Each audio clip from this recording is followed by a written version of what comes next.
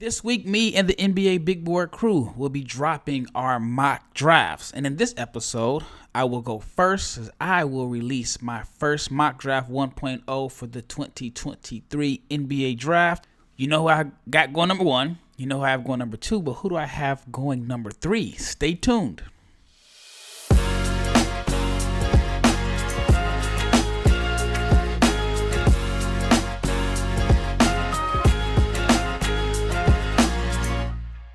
What is up, everyone? Happy Monday, and big shout out to each and every person that has made the Locked On NBA Big Board podcast your first listen of the day. I am your host, Rafael Barlowe, the director of scouting for NBA Big Board and the founder of NBA Draft Junkies. This is an episode that I've been looking forward to recording for, I guess you can say, maybe the past week or so. And let's just dive right in. All right. This mock draft is based off of the 538 projections. I didn't use Tankathon. I didn't use just the basic standings. And it's pretty difficult sometimes to keep up with all the trades. And, you know, for example, a team could have a pick that's top 10 protected. And the way the NBA season is going right now, you can lose one game and you are in the lottery. And you can win two games and you are a top 5 seed. So it's still really early in the season. There's not a wide range other than like the Celtics from the league. And then, of course, there are some teams like San Antonio, Detroit, and Houston that are definitely at the bottom. But the rest of the league, you know, for example, Dallas was a team on Tankathon a couple of days ago. They were picking in the top 10. And so right now they're still in the lottery, but a little bit out of it. All right, let's just go. All right, with the 30th pick in the 2023 NBA Draft, I have the Indiana Pacers selecting Chris Murray. Now, let me go back and just say this is obviously going to change. There's so much time left in the season. There are some guys that are probably going to fall out. There are some guys that are going to skyrocket into the lottery. So this is very early in the season. Chris Murray has played exceptionally well for Iowa. He's played really well. He is someone that I think could possibly end up being a riser just based off his production. But then because of his age, it could be like a situation where a team may feel like he doesn't have the same upside. But I have him going number 30 to the Indiana Pacers. At 29, I have the Houston Rockets selecting Terrence Shannon Jr. Shannon Jr. has looked really good since he left Texas Tech. He's someone that I had been watching for, I guess, after his freshman year, and I thought that he was going to leave as a sophomore. I thought he was going to leave after his junior year, but it looks like transferring to Illinois has just done wonders for his game. And his game has changed so much over the past few years as a freshman. I saw him as like this energy guy that got offensive rebounds and just had hustle. You know, was a hustle player that could defend, and then now he's developed into a pretty good shooter. And at Illinois, so far, the rebounding has returned because it felt like the last few years at Texas Tech, he wasn't rebounding. He wasn't the same blue-collar guy because the jumper was improved. At 28, I have the Phoenix Suns selecting James Nagy from Barcelona. James Nagy is what I call, even though he's Nigerian, the European version of Jalen Duren. So I guess you can say he's the European/Nigerian version of Jalen Duren. Similar size as far as just being like this chiseled frame, grown man strength on a teenager. And he's a guy that I just think should have a role in the NBA as a vertical lob threat, a rim runner, a guy that rebounds, just has a really defined role. May not have the brightest upside because he's not going to be much of a floor spacer or a ball handler, but I do think that he is someone that can come in and provide some backup minutes for a team earlier in his career. All right. At 27, I have the Los Angeles Lakers, which is the Pelicans pick in the swap, selecting Marcus Sasser from Houston. Sasser is the guy on a Houston team that is ranked number 1 in the state. I went to Houston's game against St. Mary's a couple days ago, and it was a pretty ugly game. It was a good game. It was a pretty ugly game. But Marcus Sasser is someone that should be able to come in if he were to go to the Lakers, come in and provide some offense off the bench. He can shot 43% from three last year, should be able to knock down open shots and be a good complementary player to LeBron and now scorching hot Anthony Davis.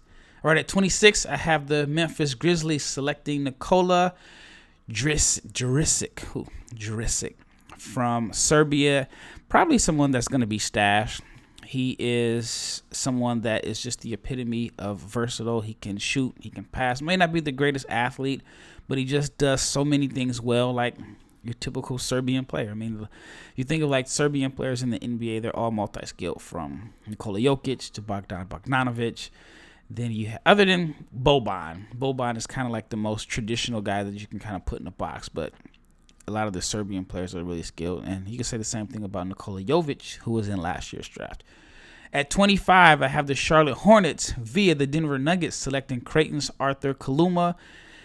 There's some talk that Charlotte may not be really high on PJ Washington. Let me rephrase that. I think they're high on PJ Washington. Maybe not as high as Washington's camp wants him to be. I heard PJ wants like a max deal, and he entered the season without a contract. And just in case he is out of there in free agency, Kaluma could be someone that could come in and provide some minutes at the 4 spot, kind of like your 3-4. The biggest concern about Kaluma is the outside shooting. All right, at number 24, this is the surpriser for you, probably my biggest surprise so far early. I have the Indiana Pacers via the Cleveland Cavaliers selecting Derek Lively from Duke. You're probably shocked that I have Lively at number 24, falling so low. And I mean, what has he done in college so far to be a lottery pick? I mean, this is definitely a situation where he could rise up the boards later on, or he could fall. I mean, if I had to bet, I'd say he probably rises. He just really hasn't shown me the same. Just really hasn't shown me a lot so far. I think defensively he's okay. I would just like to see a little bit more out of him. And then if the Pacers end up losing Miles Turner, then I think Lively would be a pretty decent replacement there. At 23, I have the Utah Jazz by way of the Philadelphia 76ers selecting Trayvon Brazile, the athletic pick-and-pop guy that has really made a name for himself since transferring from Missouri to Arkansas. I think Brazile is someone that could also see his name rise up boards around draft time. Just has a unique skill set that I think would be pretty valuable. Needs to bulk up, gain some weight, maybe even. He's a good shooter from three. Obviously, be a little bit more consistent there. But I think Brazile could be someone that is a first-round pick. Obviously, I have him as a first-round pick now, and maybe even sneak into the teens. All right, at number 22, I have a guy that, a lot of people may be a little bit higher on him, but I have Jet Howard going to, which would be a perfect situation for him. The Golden State Warriors, kind of like a plug-and-play guy. Even though you can say the same thing about Moses Moody, and Moses Moody is with Santa Cruz. Maybe not a whole lot of minutes there, but he would provide the Warriors with some shooting down the line, if not right away, but down the line.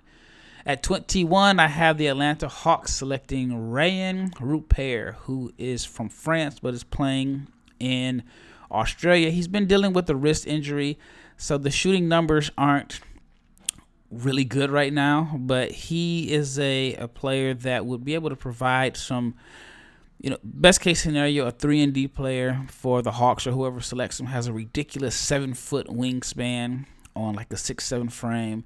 And he's just a guy that I think is going to be a plug-and-play guy that's going to play, 8 to 10 years in the NBA. And the big key for him is just being a consistent outside shooter. If he can defend, knock down open shots, then he should be able to make a lot of money and play a long time.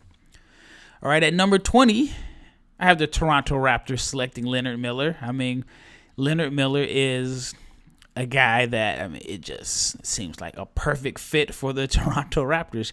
He has this positionless style. He's about 6'8" or 6'9". No, I think he's actually 6'10". Can handle the ball, very skilled, and just doesn't have a natural position. He is a really good passer. He's actually from the Toronto area. He's from Canada. and he just looks like a guy that just fits what the Raptors are doing. All right, when we return, I will give you picks 19 through 11, and then we'll finish the last segment with the top 10. But right now, I want to talk to you about Turo, because Turo is the world's largest car-sharing marketplace. With Turo, you can book any car you want wherever you want, and it comes from a community of local hosts, so you can browse the selection of vehicles for just about any occasion or budget across the U.S., United Kingdom, Canada, and Australia. If you want a spacious SUV or minivan for a family road trip, you can find it on Turo. If you want to show off and you want to get a classic luxury car for a special event, birthday, holiday, or even if you want to try to impress a girl on a date, you can get one on Turo. You can find affordable economy cars if you're on a budget and you just need to get from point A to point B. You can also test drive that new electric vehicle that you've had your eye on to see how it fits your everyday life. And many Turo hosts can deliver the car right to you. Here's the cool thing. Every trip is backed by liability insurance. Terms, conditions, and exclusions apply. So forget the boring rental cars and find your drive at Turo.com. Once again, big shout out to each and every person that has made the Locked On NBA Big Board podcast your first listen of the day. Now for your next listen, check out the Locked On Sports Today. From the games that matter the most to the biggest stories in sports, go beyond the scoreboard and behind the scenes with local experts and insights that only Locked On can provide. Locked On Sports Today. It is available on this app, YouTube, and wherever you get your podcast. All right, once again, this is Rafael Barlowe, Director of Scouting for NBA Big Board, and this week me and the boys are going to drop our mock drafts, and I'm going to lead off. All right, I left off at number 20 with Toronto, so at number 19, it is the pick that should have belonged to the Dallas Mavericks, but it's going to the New York Knicks. If I'm not mistaken, this is from the Porzingis trade, which Porzingis is now in Washington, but this pick was a top 10 pick just a few days ago. But it is Julian Phillips. Julian Phillips not really putting up crazy numbers in production at Tennessee, but he's on a good Tennessee team, has plenty of upside. He is someone that I think at the minimum could be like your 3-and-D guy, but I think he just has a little bit more to his game than that. If I were, the Knicks or a team that is drafting him, my focus would be just working on the ball handling and just creating off the dribble. But at the minimum, I think he could be a 3-and-D guy, transition finisher. But he's a really good shooter off the catch. So I like Julian Phillips there. At number 18, I have the Miami Heat selecting one of my favorite players, Terquavion Smith. Now, Terquavion could end up going a lot higher. I do think that he returned to school to not be the 18th pick in the draft. Yeah, but he is a dynamite scorer, kind of in a weird situation at NC State where, last year's team was not really good, even though they had Darion Sebron, and he has a target on his back this year. He's not going to come out of anywhere.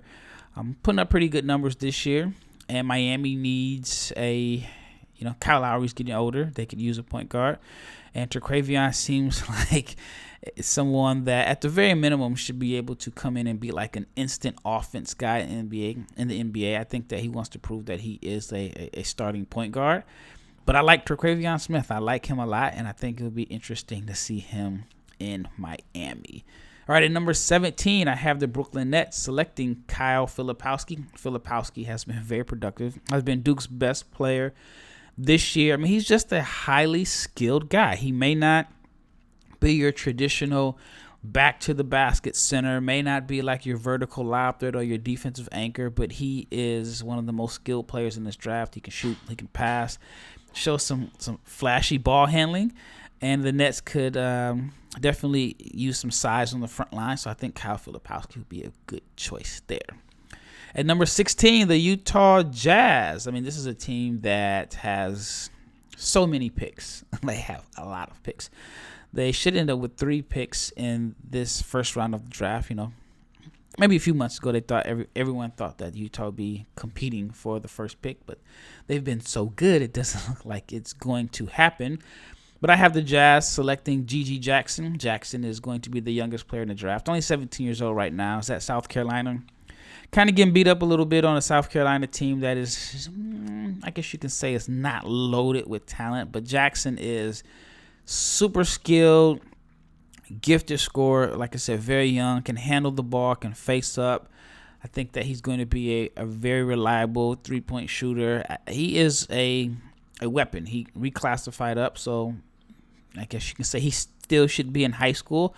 And some felt like if he would have stayed in his regular class and entered the 2024 draft, he would have been a candidate to be a top 5 pick. Some even thought number 1.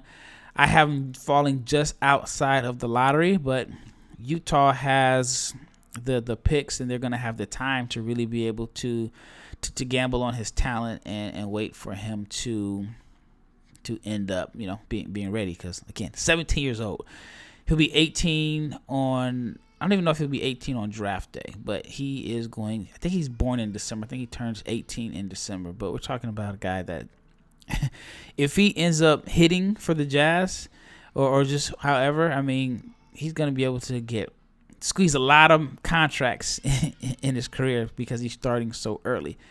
All right, at number 15, I have the Sacramento Kings selecting Kansas's Grady Dick. Grady Dick has been probably one of the best freshmen in this class as far as just from a production standpoint.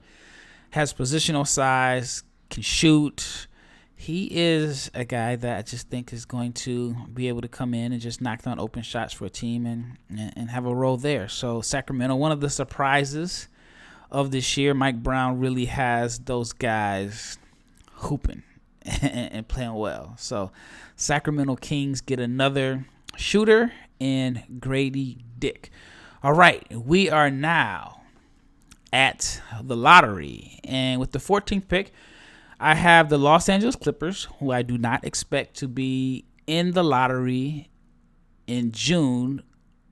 I have them selecting Dariq Whitehead. Now, Dariq Whitehead has not been productive this year for Duke. And, I mean, he's battling an injury. And, it's just one of those situations with him playing not 100%. It hasn't helped his draft stock at all, which, it's just kind of unfortunate for him. Right now, he's only averaging 5 points per game on 34, 25, 75 shooting splits. And if he continues to just play at the pace that he's playing at on a minutes restriction and not being productive, you can see his draft stock slide. But he could also be a guy that once he finds his rhythm, skyrockets into the top half of the lottery. When he's healthy, he's a 3-level scorer, guy that can create his own shot and generate open looks for teammates. And again, right now he's on a minutes restriction, and so he'll likely see his minutes and his role increase before we get to conference play. But Dariq Whitehead is a guy that I thought would have been a lock to be a top 10 pick. All right, at number 13, it is the Portland Trailblazers, and I have the Blazers selecting Jarris Walker from Houston. I was at the game against St. Mary's, and it wasn't his best performance. And right now, he's just to keep it real, he is in a slump. He's only scored 12 points in Houston's last 3 games, but he's shown enough flashes to be a lottery pick. He's 6'8", he's 240 pounds, grown man body. Like, I was watching him and Terrence Arsenal, and Arsenal looks like a freshman. He looks like he was in high school last year. Walker looks like he's been on a 4-year program in the weight room at a college. So he is a man child, but when you look at him, his body and his game don't necessarily match. You look at him and you think that he's this back to the basket bruiser, this huge physical presence, which he is a physical presence. But he is very skilled. He can pass, he can handle, and he is a good rebounder. I just think that he's going to be a connective tissue. And if the outside shot, which he is shooting a good percent, I think he's like 40% from 3. It's on a small sample size. But if he becomes a reliable and consistent outside shooter with his ability to handle and pass, he becomes a real weapon for whatever team that drafts him. And in this case, I have the Portland Trailblazers drafting him. All right, for the last segment, I will finish the last 12 picks of my first mock draft for the NBA Big Board Rafael Barlowe edition mock draft 1.0. But I want to talk to you about BetOnline because it is the number one source for betting info, stats, news, and analysis. You can get the latest odds and trends for every professional and amateur league out there, from football to basketball to soccer and esports. They have it all at betonline.net. And if you love podcasts, you can find those as well at betonline.net. It is the fastest and the easiest way to get your betting fix. So head to the website today or use your mobile device to learn more. BetOnline is where the game starts. All right, last segment. And again, I have the Utah Jazz on the clock, and I have Utah selecting Anthony Black. And after getting off to a slow start where he looked hesitant to shoot and he had just as many turnovers as assists, Black has turned the corner, has been a much different player since playing in the Maui Invitational. And he broke out in Maui.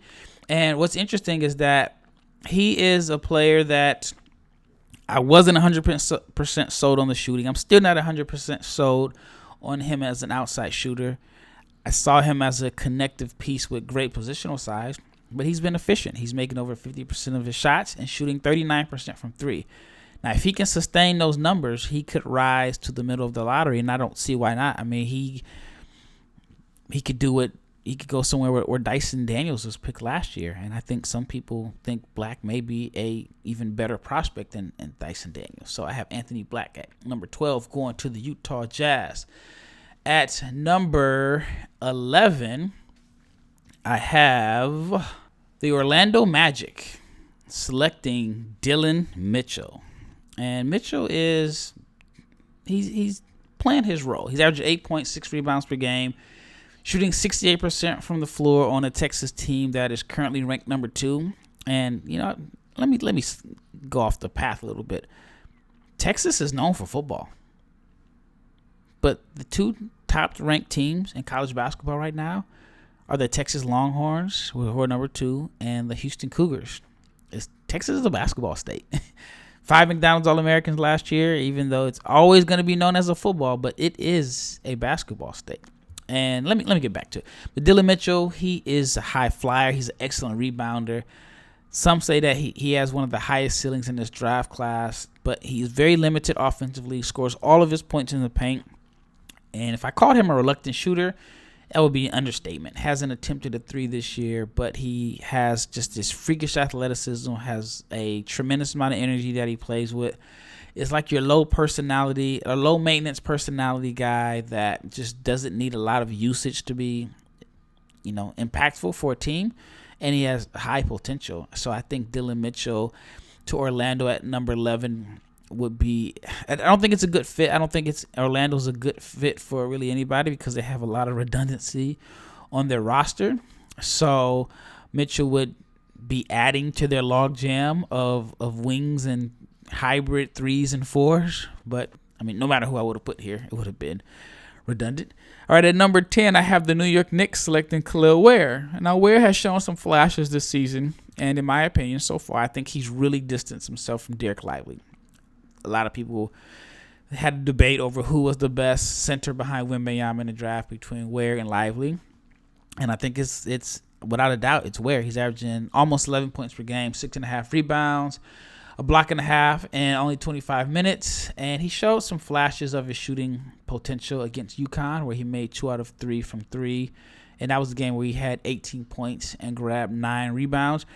Best case scenario, Ware is your vertical lob threat, your rim runner, your shot blocking, floor spacer. If he can put all that together, then that would be a steal for a New Yorker who's ever drafted him. At number 9, I have the Washington Wizards selecting Cason Wallace. Now, Wallace is averaging about 10 points per game. He's shooting 51% from the floor, 41% from 3, and he's playing a role that will prepare him for playing with the Wizards if he was drafted by Washington. Right now, he is splitting ball handling duties with Severe Wheeler. Wheeler has been he's led the SEC in assists for the past couple years. So I think Wallace knew coming in that he was going to have to split duties there. And then, you go to Kentucky, you're going to have to sacrifice. So he has sacrificed. I think he is going to be one of these Kentucky guards that has more game than he has been able to show and will potentially outperform his draft position. But if he goes to Washington, I think that he will be a good fit next to Bill, because he's not a guy that needs, a high usage to be effective. He is I think he's a NBA ready defender. I mean, it's going to take some time to adjust, but I mean, he's an active defender, great hands. And I think he would just be a good fit in Washington. All right, at number 8, it is the Pelicans pick, which is the Lakers pick, but this pick is not going to be. I just don't see anywhere where the Pelicans are going to pick at number 8, just because the Lakers have seemed to turn the corner. They've won 8 out of their last 10 games, but this pick is part of the Anthony Davis trade, which Anthony Davis has been on a tear lately. So this pick, like I said, it's the Lakers pick that gets rerouted to New Orleans, and the player that I have them selecting at number 8 is Nick Smith. Now, before you get in my mentions and say Nick Smith should be going a lot higher, we're talking about a guy that has missed time with what has been described as right knee management. So he is there's a strong chance that he could move up. I do want to see how him and Anthony Black play off of each other in conference play. But Nick just played like his first significant action of the season. Had a game where he played 5 minutes. I won't really count that. But he scored 16 points, dished out 5 assists, made 3 out of 5 from deep in Arkansas's blowout win over San Jose State. He showed the floater. He showed everything that you would like to see out of Nick Smith. And so he is, right now I got him at number 8, but I think he could easily climb up the boards. All right, at number 7, I have the Indiana Pacers selecting Baylor's Keontae George. And George has been up and down this season, which is really not surprising considering that he is sharing a backcourt with 2 of Baylor's top returning scorers. And despite the fact that he's really not efficient this year, I think he has kind of changed the narrative around his game. A lot of people think of him, or at least thought of him, as like this high volume shooter, a guy that is kind of selfish. And I thought that was far from the truth, and he's proven that is far from the truth. He's averaging a little under 15 points per game, but he's also chipping in 4 rebounds and 4 assists. And he's shown some improved effort on the defensive end. I think the passing has really made up for the lack of shooting so far. I think that he'll eventually, get his shot together, but I think he has shown enough as a passer to warrant a top 7 pick. And then with the Pacers, you have to figure Buddy Hield is going to be moved eventually, and Keontae could give some scoring punch to this Pacers guard rotation that is actually pretty fun. You consider Tyrese Halliburton should be an all-star. Benedict Mathurin could win Rookie of the Year and Sixth Man of the Year. Chris Duarte's been steady. And then Andrew Nembhard has outplayed his draft position and hit a huge game-winning shot. So I think Keontae could fit in where Buddy Hield left off. All right, at number 6, I have the Charlotte Hornets selecting Ausar Thompson. And he's often, I don't want to say he's the forgotten twin, but he's definitely not as highly regarded as his brother Amen. But you can make a case and say that he's been the better of the 2 this year. He's averaging 18.5 points, 5 rebounds, 4 assists. He's shooting 54% from the floor. And get this, 42.9% from 3, and he's shooting 42.9% from 3, and it's on 3.5 attempts per game. Now, the 3-point shooting is a sign in the right direction for a guy that is honestly considered one of the weaker shooters in this class. Now, if he can sustain those shooting numbers, we could see 2 Thompson twins in the top 5. I would like to see him in Charlotte. I think it would be pretty cool to see him and LaMelo. I mean, he's already played with his brother, so he knows what it's like to play with a phenomenal passer and be on the receiving end of some highlight-worthy dimes. And so I think him and Charlotte would be a pretty good fit. And again, if the shooting numbers sustain, we're talking about a guy that could potentially be a two-way star, that could be one of the better switchy defenders long term. And we already know he's a great athlete, and he's a gifted passer. And it would give Charlotte a secondary ball handler, like I said, a slasher, a rebounder from the wing position. So I like that fit there. All right, we are now into the top 5. And at number 5, I have the Oklahoma City Thunder selecting Villanova's Cam Whitmore, who made his season debut against Oklahoma on Saturday. Only had 7 points, 3 rebounds, and 3 steals, but he did all of this in just 20 minutes of action, and he is returning from a broken thumb, so you can imagine he probably hasn't shot a ball, touched the ball much over the last few weeks. And after a strong summer where he averaged 18 points and 6 rebounds for Team USA, winning MVP of the Under-18 Americas, he came into the season with a lot of momentum. And a lot of people, including myself, expect him to be the first one and done from Villanova since Tim Thomas 25 years ago. Now, the fit in Oklahoma City would be interesting because the Thunder just have a ridiculous amount of young talent. And eventually, they're just going to have to sort it out. They're going to have to figure out who is going to be the core to play around Shai Gilgeous-Alexander, who is having a phenomenal year. I think he's averaging like 30 points per game. And so you got to figure Josh Giddey, Chet Holmgren hasn't played yet. Jalen Williams has been very good. Eventually, they're going to have to figure out their guys, and I think Cam Whitmore could be a big piece to their rebuilding puzzle. All right, number 4, Brandon Miller, and he has been the biggest riser, in my opinion, in the first few weeks of this college basketball season. Coming into the year, he was divisive. People liked him. Some people thought he was top 3. So one guy told me top 2. Some people didn't have him in the lottery. He is just someone that people were hot or cold on. And I think a lot of people that were cold on him are now starting to warm up to Brandon Miller. And even if you did not like Brandon Miller, even if you were cold on him, and I've seen some people still on Twitter, they're not ready to convert yet. But through 8 games, his production has been crazy. 19 points, nearly 9 rebounds per game. And he's shooting 46% from 3 on 7 attempts per game, which is pretty healthy. And I think he's shooting 40% overall. And he had a game where he shot only like 4 for 17. But overall, you have to be pleased with his production. And San Antonio has some young wings that are playing really well. I think they're like 23 and 22 years old between Keldon Johnson and Devin Vassell. San Antonio is like a middle-of-the-pack team as far as three-point shooting.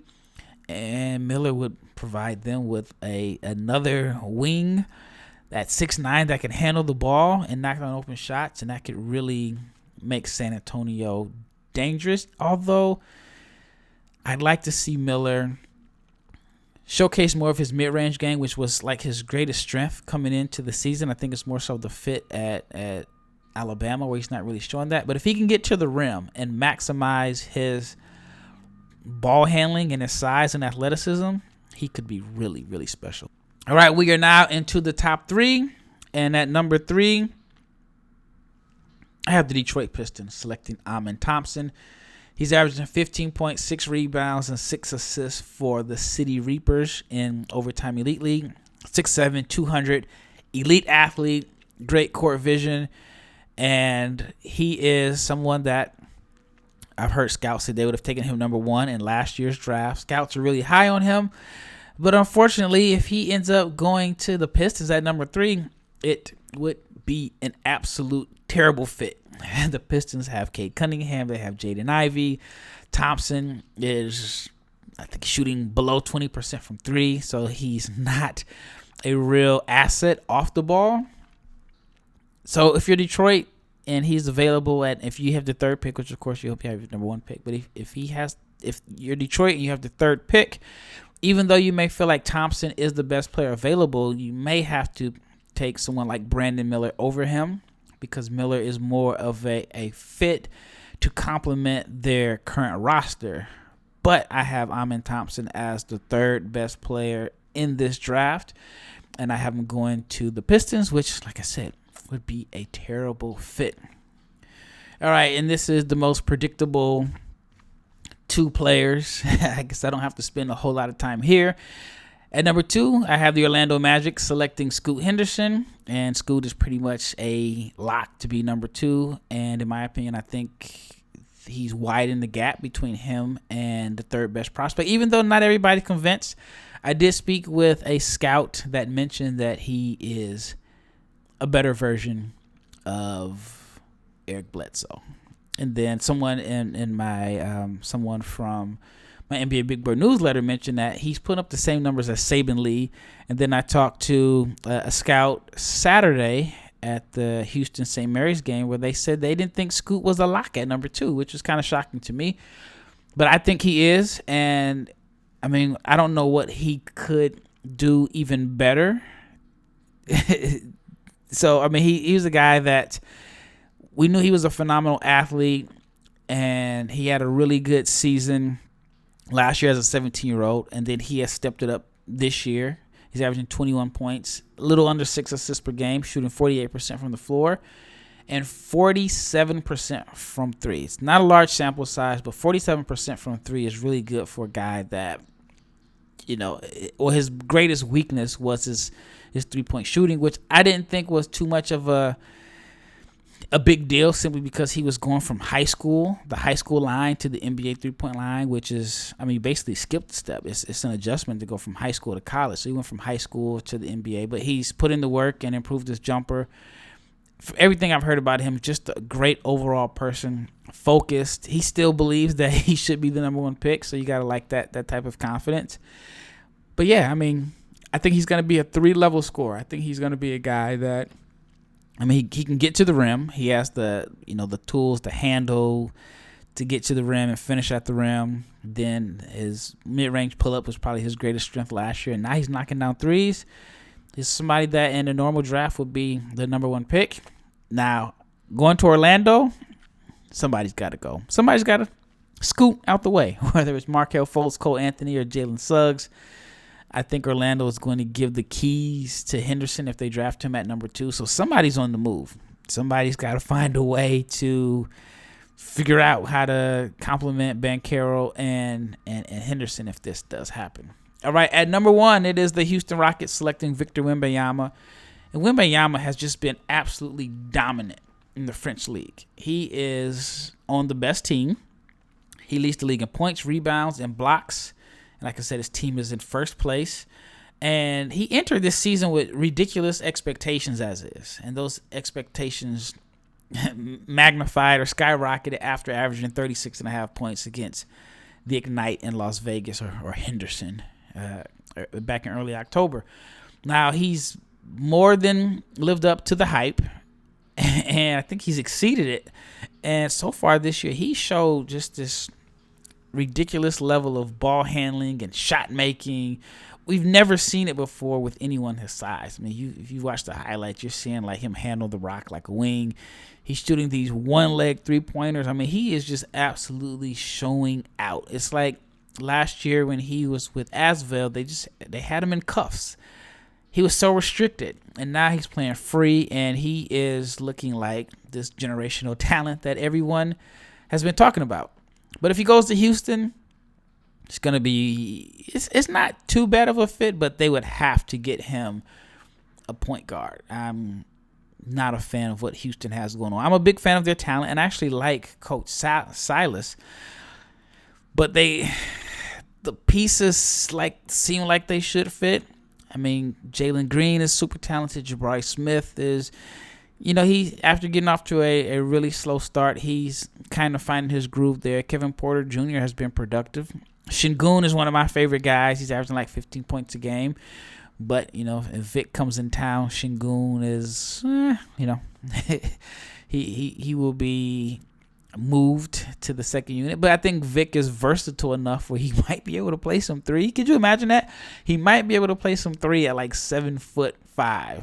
But I think it's in Houston's best interest to find like a table setter, someone that can, get the guys the ball in their right spot. And I think Kevin Porter Jr. is a good passer, but I think he's more so shoot first. But if Houston can get a table setter and you get Wembanyama, Jabari Smith, and Jalen Green, then you can make a case and say that they'd have one of the more talented young cores in the NBA, and the future would be bright. Well, that wraps up this episode. So tomorrow I will have one of my co-hosts come on and share his mock draft. So you have to stay tuned for that. Once again, thank you for making the Locked On NBA Big Board podcast your first listen of the day. Now for your second listen, check out Locked On Sports Today podcast. It's the biggest stories of the day, plus instant reactions, big game recaps, and the take of the day. It is available on the Odyssey app, YouTube, or wherever you get your podcasts. Once again, I am Rafael Barlowe, the director of scouting for NBA Big Board, and I will see you tomorrow. And I'm out.